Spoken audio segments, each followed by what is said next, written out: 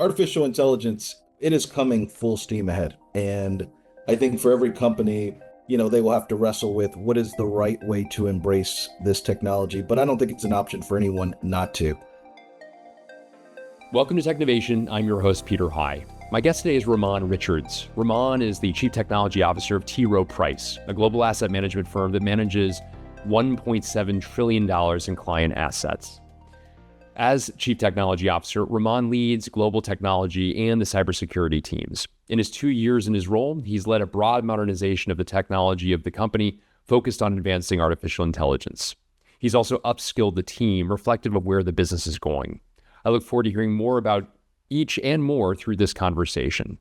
Ramon is a past Chief Information Officer of Fannie Mae as well. And now for a word from our partner, Airia. There's a reason most enterprise AI initiatives never make it to production. You can't find a platform that's both powerful and secure enough. The result? AI budgets burn with zero business impact, but not anymore.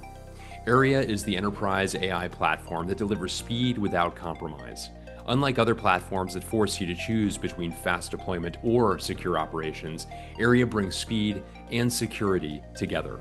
Launch AI quickly without cutting corners on compliance, scale rapidly without sacrificing governance, move at the speed of business without moving past your security requirements. Fortune 500 companies across finance, healthcare, retail, legal, and more choose Airia because they deliver what seemed impossible. Enterprise AI that's fast enough to beat the competition and secure enough to protect your most sensitive data. Ready for AI at full speed with zero compromise? Visit Airia.com to see the platform in action. That's AIRIA.com. Simplify enterprise AI. And now on to the interview. Welcome back to Technovation, Ramon. It's great to speak with you today. Peter, it's good to see you. Glad to be here. Always a pleasure. I've been looking forward to this. Well, I wonder, Ramon, let's begin with the business that you help lead, Rowe Price. Take a moment, if you would, and describe the business. Rowe Price is a leading global asset management firm entrusted with $1.7 trillion in client assets as of July 2025. So about 2/3 of that, which are actually retirement related. So the company has been renowned for over 85 years for investment excellence, retirement leadership, and independent proprietary research. The company is built on a culture of integrity and prioritizing client interests. Rowe Price empowers millions of investors globally to thrive amidst an evolving market.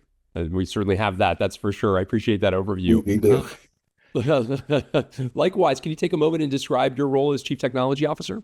Great, Peter. So I have been the Chief Technology Officer at Rowe Price for the last 2 years. I'm responsible for all of our technology infrastructure, our technology platforms and applications. I'm also responsible for our cybersecurity, data, and our AI enablement functions. And I support these responsibilities across our global footprint. We are very focused on making sure that our business partners have the technology and data capabilities they need to best serve our clients. That's very interesting. And you mentioned you joined 2 years ago, and I know that in the early stages, a big priority of yours and the team's was technology modernization. And I wonder if you could talk a little bit about what some of the steps you've taken in the interim have been in order to modernize the technology to bring to life what you've just described.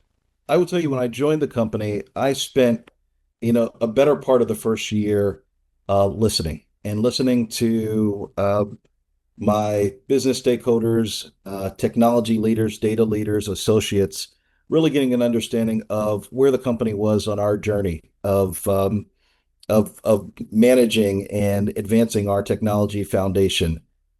We then assembled a group of people from within the company to build our technology strategy. And so our technology priorities are based on what we recognize are the most important things for us to focus on. And so there are 3 key areas of focus. So one, as you mentioned, technology modernization.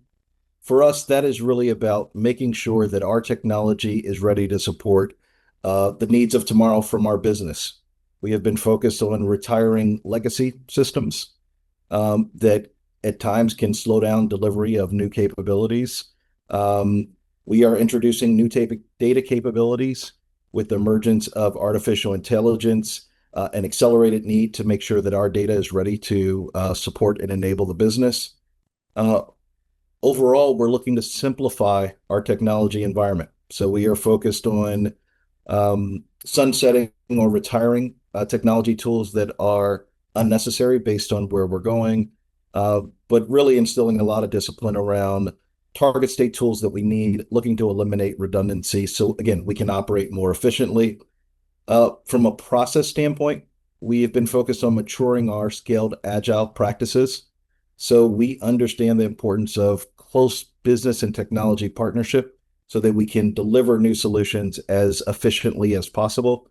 And then automation is always a common theme when we think about our technology modernization. So adding more automation to our delivery of software, to how we test our software, that's focused on faster time to market, but also improving the quality of what we deliver. So a lot of those are kind of that first step focused on technology modernization. And I think this is one of those spaces where you're always modernizing. Um, and so that's been a real important area of focus. The second area that we've been focused on has been around artificial intelligence. And, the last couple of years, we've invested a lot of time piloting and doing proof of concepts with generative AI tools, learning, identifying the right use cases that are important for us to leverage AI to improve. So AI has been a big area of focus. And then the third one has been around talent and preparing our talent for the future, making sure they're well positioned. I'm sure we'll talk more about that today. So those have been really kind of three big areas of focus for the technology organization in support of the business. Yeah, fascinating. Thank you so much for that overview. And I can certainly see how the modernization is a key foundational element to bring life to, for example, the AI components, That's right. and eventually also even the talent component that you identified as well. You mentioned artificial intelligence enablement as a area of responsibility. Yours, of course, is fundamentally a data-based business, an That's right. information-based business as well. So a very strategic part of what the company does that is within your purview is also. Talk a little bit about the evolution of that in the past couple of years, the use of AI, areas that excite you and where you think there's a lot of value to derive in an organization like T. Rowe Price.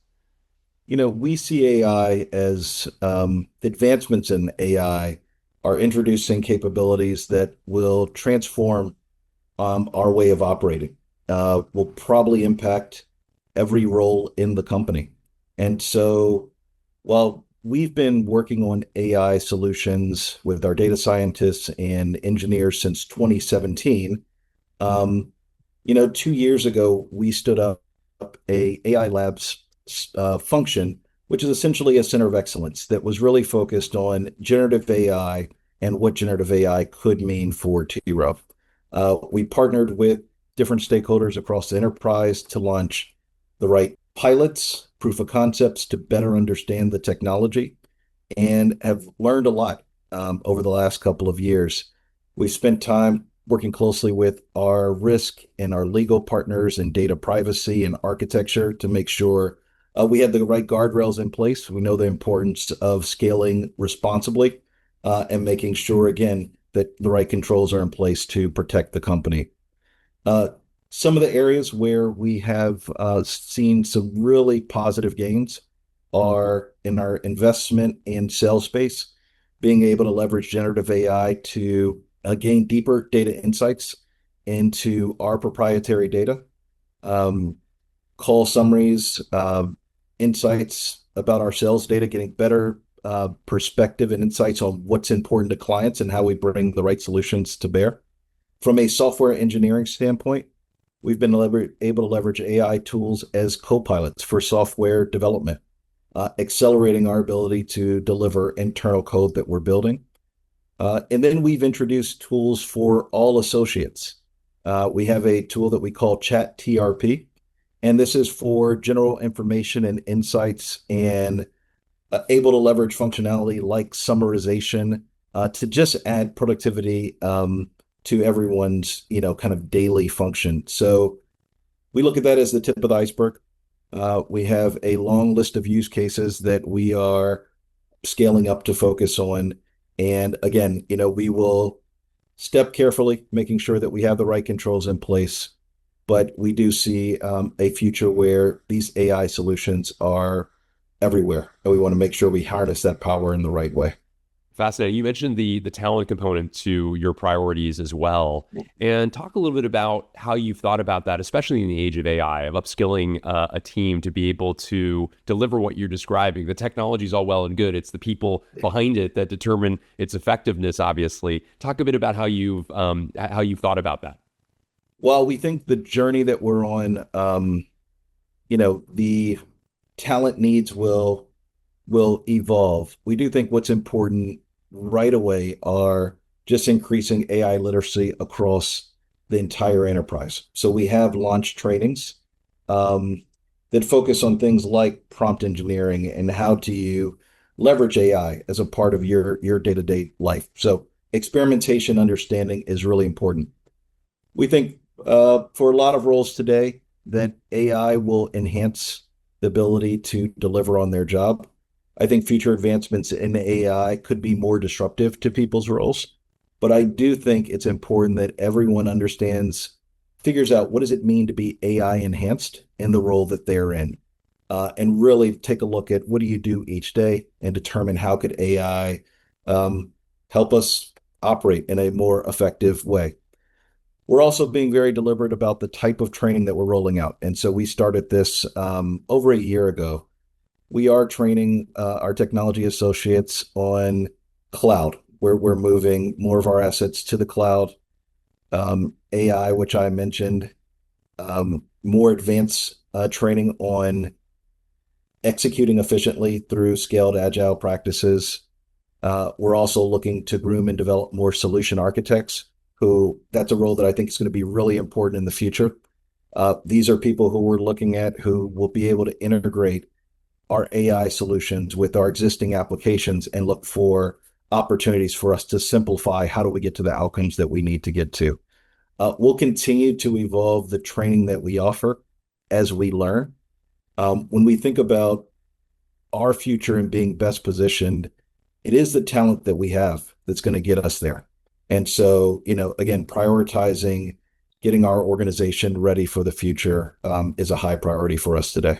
Fascinating. I appreciate those reflections as well.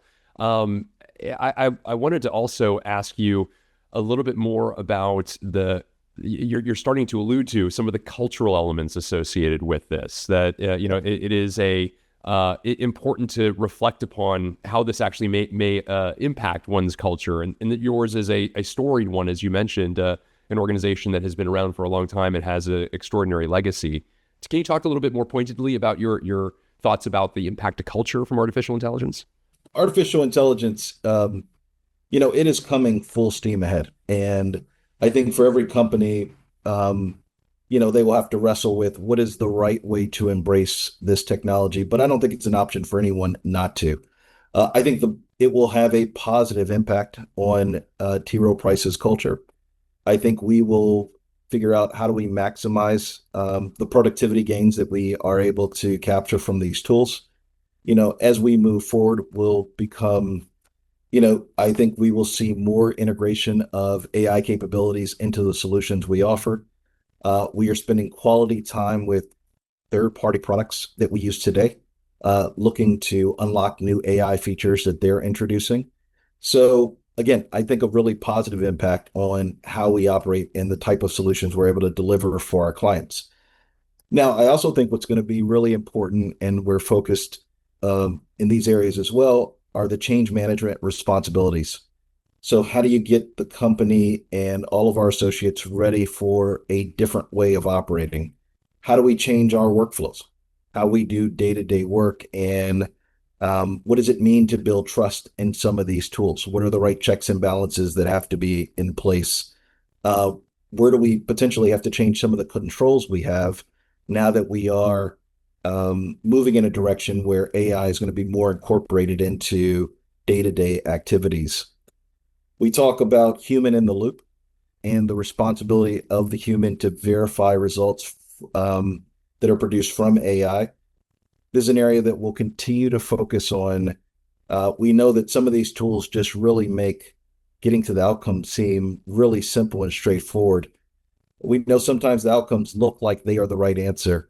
And that's a space where we don't want to get overly comfortable. We want to make sure that we are doing the right things to validate the results as we gain more and more confidence in these tools.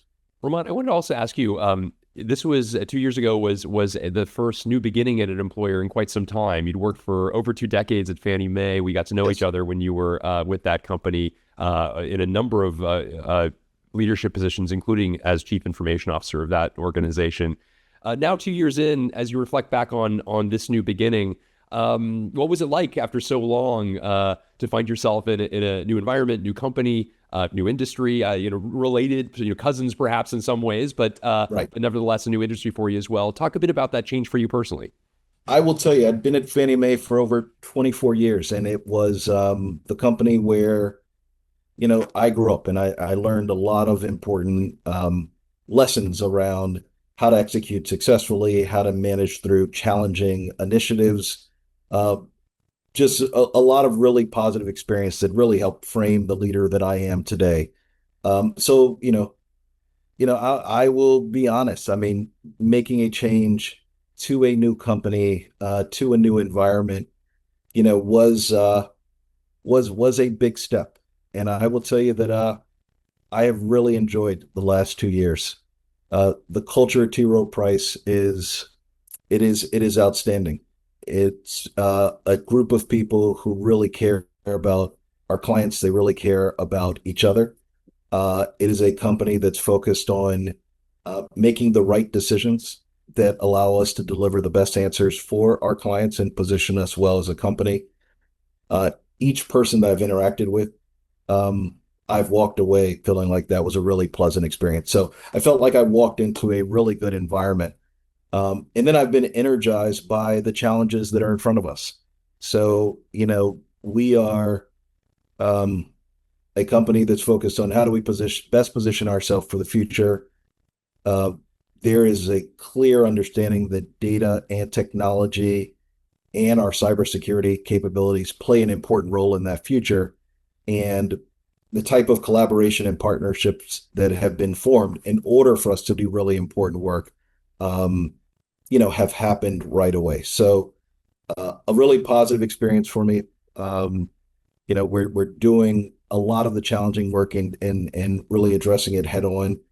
The advancement in our artificial intelligence and the speed in which things moving, maybe that's the one thing that the speed in which it's moving has been somewhat of a surprise, but we've been quick to embrace and take a really serious look at what does that mean for us and how do we best position ourselves. So yes, positive experience across the board. I'm so glad to hear that, Ramon. I wondered other trends that excite you. Obviously, you're remaining abreast of a whole range of those that might impact an organization like T. Rowe Price. What are some that come to mind as you look to the future, Ramon? I think we're going to be in a world that is dominated by artificial intelligence for the foreseeable future. I think some of the themes that will become more and more clear as companies get more ambitious with the type of use cases they take on will be what does data readiness mean and the importance of your data foundation um, being in a really, really good place in order for you to maximize what you could do with artificial intelligence. We haven't talked yet about what does agentic AI mean and introducing an agent workforce, but this is an area where we are doing pilots today. And, I expect this to be, an important aspect of AI that, we'll start to hear a lot more about from other companies. How do you scale up the AI capability and add agents into how you operate? How do you think about the management of agents, and how do you think about integrating those with uh, your associates that are working as well? So I think there's complexity that we'll have to work through in terms of how do these pieces all come together to deliver the results that we want. So I think this will be a dominant theme. I think there will be new flavors that come. I think there will be focus on how do you ensure your architecture is set up in a way where you can plug and play new solutions pretty easily. so that you can keep pace with some of the changes that make sense for your business. I know we're focused on, I mentioned simplifying our technology environment, aligning to some standardization within our architecture, so we are better positioned to move quickly as new solutions come to bear. That being said, we're also paying attention to advancements in the space of tokenization and blockchain. There is a lot more talk around tokenization of assets and what does that mean in the asset management business. So we'll continue to look ahead, but we will also make sure that we are investing kind of all the right thought leadership and focus on maximizing this, accelerating AI space that's really taking shape. Yeah, very nicely articulated. Speaking of thought leadership, I wonder, is there anything you've recently read, watched, and or listened to that you would recommend to others, Ramon? Couple of things. And, one of the things I battle with every day is just finding more time to read and consume all of the great information that's out there. It's been a little while, but I think it's a really good book reference as we think about artificial intelligence. It's a book called Co-Intelligence by Ethan Malik. He is a Wharton professor, does a nice job of just talking about the different types of AI and how we should think about it in this moment. So that's a book that I'd recommend. And then there's a podcast that I've been listening to recently. It's called Creative Intelligence, and it's hosted by Kartik Hassanakar, and coincidentally, another Wharton professor.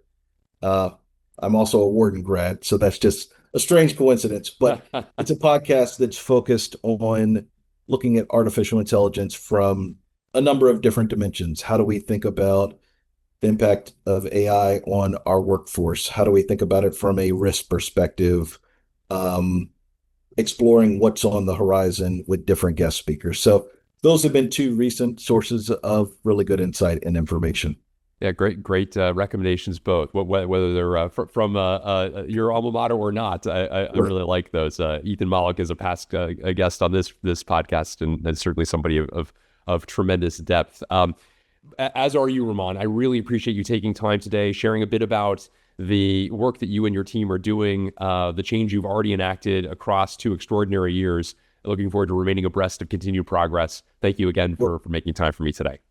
No, I appreciate that, Peter. And maybe I'll just close out with one more thought here is Please.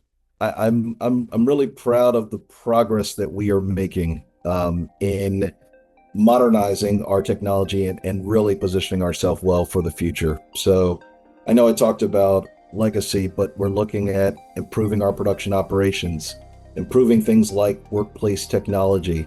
We talked a lot about responsible AI.